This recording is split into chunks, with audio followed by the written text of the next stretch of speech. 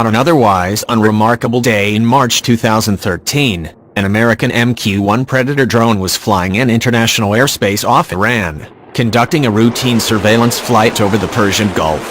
But the U.S. Air Force knew trouble might be lurking ahead.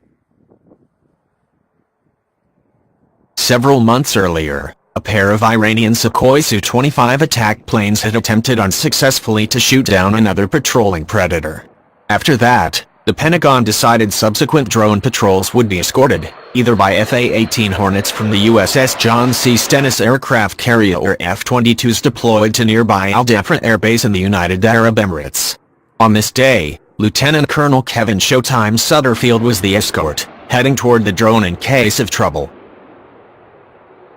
At the annual conference of the Air Force Association later that year, USAF Chief of Staff General Mark Welsh would tell the crowd what happened next. As the Predator flew its pre-planned route, two Iranian F-4 Phantoms approached and acquired the drone on their radars. One of the Phantoms got to within 16 miles of the MQ-1. On another heading, Colonel Sutterfield closed in on the F-4.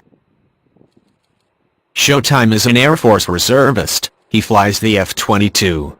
He flies it really well, Welsh said. He flew under their Phantom to check out their weapons load without them knowing that he was there.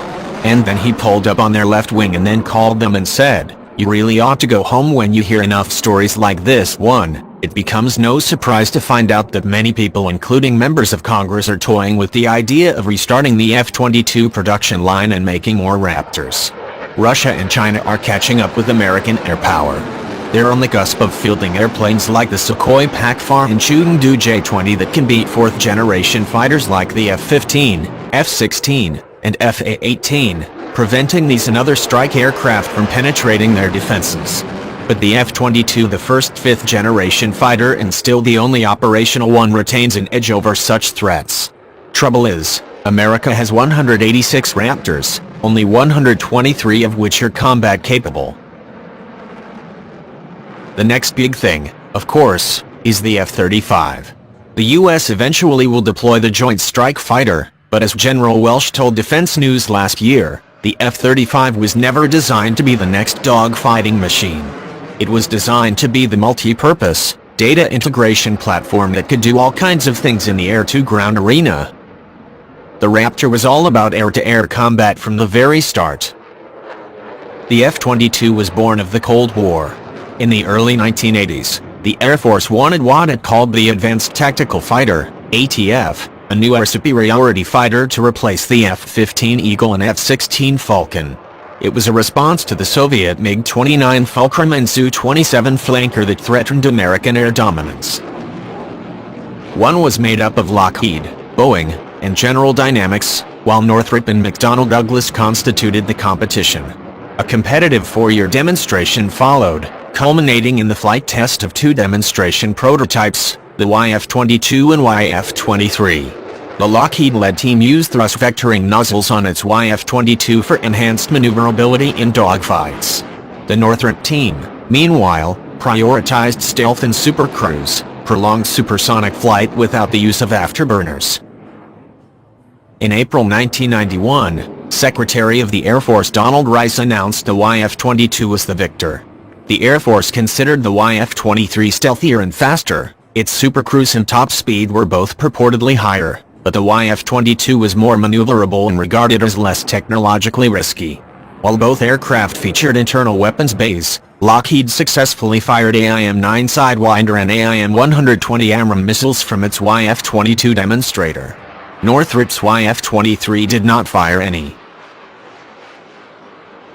Ironically, a number of changes to the F-22 during the run-up to production made it look more like the YF-23. The vertical stabilizers were shifted rearward and shrunk by 20%. The canopy was moved forward and the engine's intakes toward the rear to improve pilot visibility, a clear concession to the importance of maneuvering and, if need be, dogfighting. Raptor 4001, the first of 8 development versions of the F-22, rolled out of Lockheed's plant at Marietta, GA in April 1997 and flew on September 7th. Lockheed Chief Test Pilot Paul Metz climbed into the cockpit wearing his Lucky Super Chicken t-shirt under his flight suit. On takeoff, Mets pulled the Raptor's nose up and quickly gained speed and altitude. Even with the Raptor's landing gear down, the pilot flying the safety chase aircraft, John Beasley, had put his F-16 in afterburner to keep up. The airplane remained in production for 15 years, at a rate of roughly 2 per month during its peak. The last Raptor was completed in December 2011 and delivered to the USAF on May 2, 2012. Well, maybe it was the last. The F-22's remarkable combination of abilities has plenty of people thinking the production line stopped too soon.